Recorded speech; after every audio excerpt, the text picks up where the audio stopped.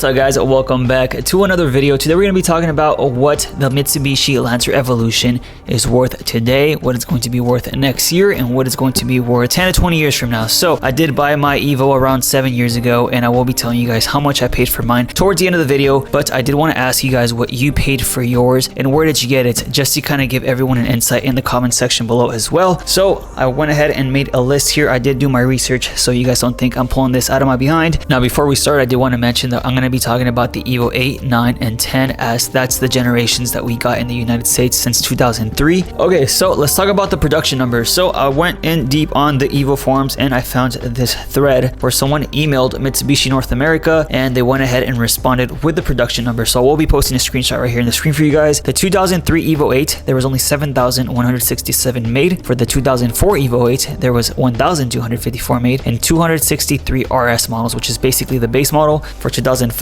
you had a 282 RS models made, 2,880 regular model made, and 1,000 MRs, which are basically the 6 speeds. So there are, I want to say, 3 different trims for the Evo. And for the 2006 Evo 9, which was only made 1 year, there was a total of 358 RS models made, which I guess makes them the rarest model of them all. You have the regular GSR, which came in 4,176, and the MR model came with 3,667 made. So there was a total of 21,047 Evos basically imported here in the United States. So that's actually a pretty small number once you consider every other car out there. They are becoming rare by the year as they get totaled, crashed, parted out. It's very common to see, and realistically, when do you see an Evo on the street? It's pretty rare. You're more likely to see a Subaru WRX STI versus an Evos. They are going to become rare, so there's only 21,000 pretty much made, which is actually a pretty small number. Since we are in an economic recession, I do expect to see basically a fire sale when it comes to a lot of used cars, including Evos. So I do see them going back down in price basically for the next year or so. So if you're looking to buy one, keep an eye out, because I do think they're going to be going down before they go back up. And if you're looking for an Evo buyer's guide, I did make one, I want to say around 2 years ago, which I'll be linking right here in the corner for you guys. And even though we're facing an economic downturn, I don't expect them to go down super cheap, because certain cars are seen as collector cars, and the Evo is pretty much in that category, just like any other Japanese legend. Now, with the Mitsubishi Evo being the flagship car for Mitsubishi, as it has the longest history, I do see the Evo being the most expensive Mitsubishi car of the whole lineup, especially compared to the other hero cars like the Eclipse, 3000 GT, FTO, the Starion, the Galant, etc. So the Evo is known to basically put Mitsubishi on the map. Back in the rally days, I understand that the Galant was pretty much the OG Evo, but the Evo was the one that pretty much held the most consecutive records as far as rally. That's pretty much where it led to its reputation, with it being a rally car. It's just a really good car that you could basically take off-roading on the mountains, and it handles super well with its all-wheel drive system. I do want to give you guys some examples of prices that I pretty much looked up right now as of pretty much October 2022. I searched on Hagerty, which is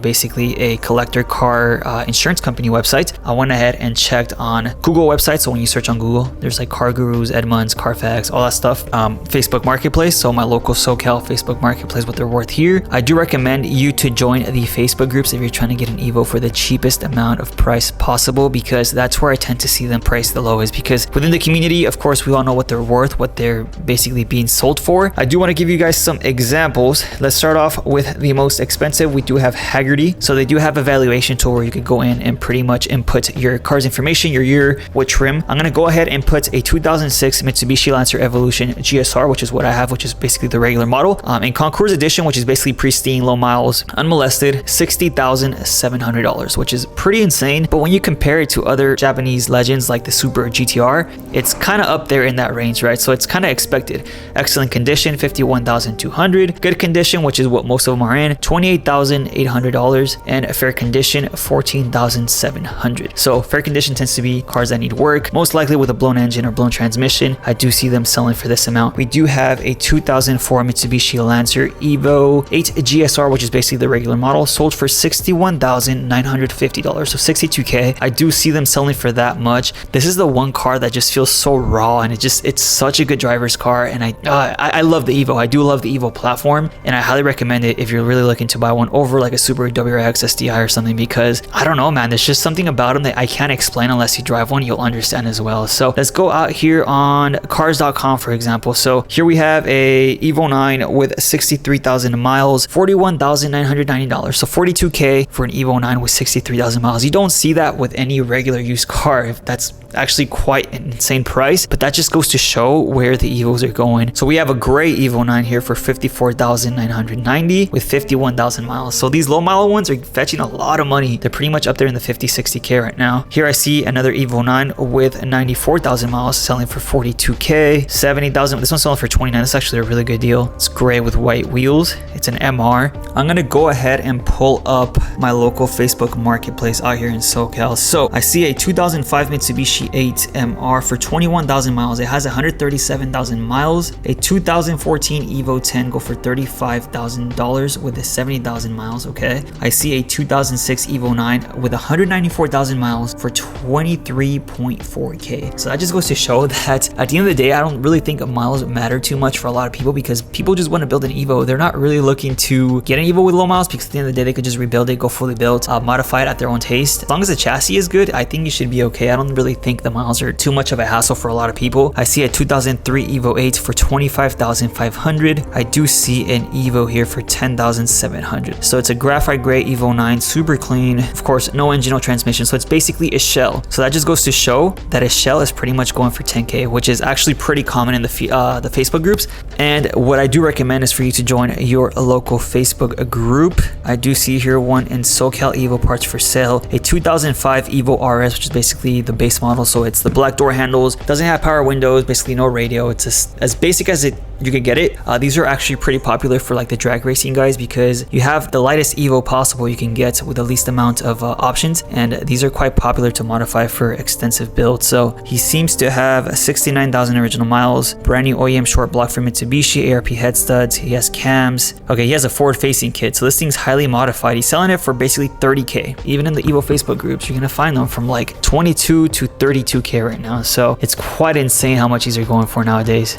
Now for my Evo 10 guys, as you guys know, the Evo 10 was made from 2008 to 2015, so the production numbers are a lot higher versus the Evo 8 and 9, which we only got for a total of 4 years. So the Evo 10s still fetch anywhere from 15 to like 35K. Since they are more common, you do tend to find them a lot cheaper versus the 8 and 9, and I do find the 8 and 9 to be slightly more desirable, because the Evo 10 is more for daily driving, like kind of like a comfortable car. You can have your kids in the back. The Evo 8 and 9 feels a little bit more raw, feels a little bit more untamed per se, feels more like a go-kart, and a lot of people prefer that in a sports car, which I understand. So the Evo 10 is always going to be worth, I feel like, a lot less than the Evo 8 and 9. But of course, if you feel like that's not the case, let me know in the comment section below. The Evo 10 did get the final edition, but they got no Recaro seats for some reason. At the end of the day, the Evo 10 is an Evo. It's pretty much the last Evo ever made, so it's always going to hold its place, right? But it did come with a 4B11T. It's not a 4G63. Of course, they were made for a lot longer, and I do see them fetch a lot less versus the Evo 8 and 9. But a clean low mile Evo 10 will fetch you a lot of money, so that's just something to take into consideration. Now when it comes to the Evo 8 and 9 and 10, as far as the Evos, the Evo 8 was made from 2003 to 2005. The Evo 9 was only made 1 year in 2006, and it got a facelift. It got basically new headlights, new taillights, different interior, different steering wheel. It got Myvec. It got a bigger turbo, basically same 4G63, but it just made a little bit more power. New front bumper, different rims, etc. So the Evo 9 I feel like is the most sought after out of the 8 and 9, and then of course the 8 was made from 2008 to 2015, which makes them a lot more common to see. As far as aftermarket support, I feel like out of all the Mitsubishis, the Evo is going to be the one that always has it. The 4G63 is a proven platform, and I feel like there's enough support and community around it to basically hold on to it for a very long time, versus like the 3000 GT guys, which I have had a lot of trouble finding parts for, and even the DSM. So the older 4G63 doesn't get as much love as the newer 4G63. And now as far as demographics, when it comes to the Evos, I mainly do see like young men, so 24 to 35, pretty much within my age range, to have these cars.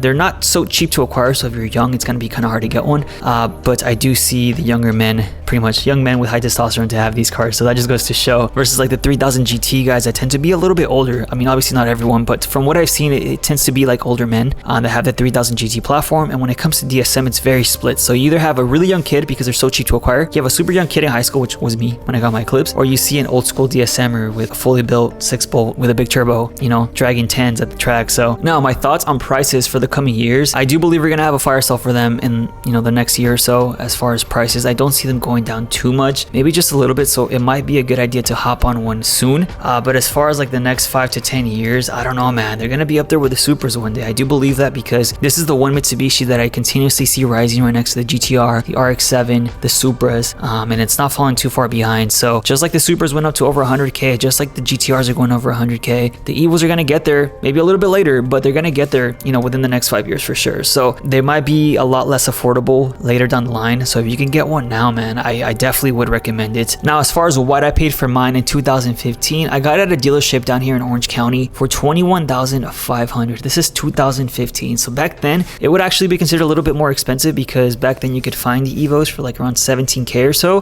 But if I was to sell mine now, it's an Evo 9 GSR, I could probably fetch like 30 to 35 in its condition. So I could pretty much make some money out of it if I really wanted to sell it. So if you're looking at it from an investment standpoint, I mean, I don't think cars are an investment as you tend to spend a lot of money on them, especially if you modify them.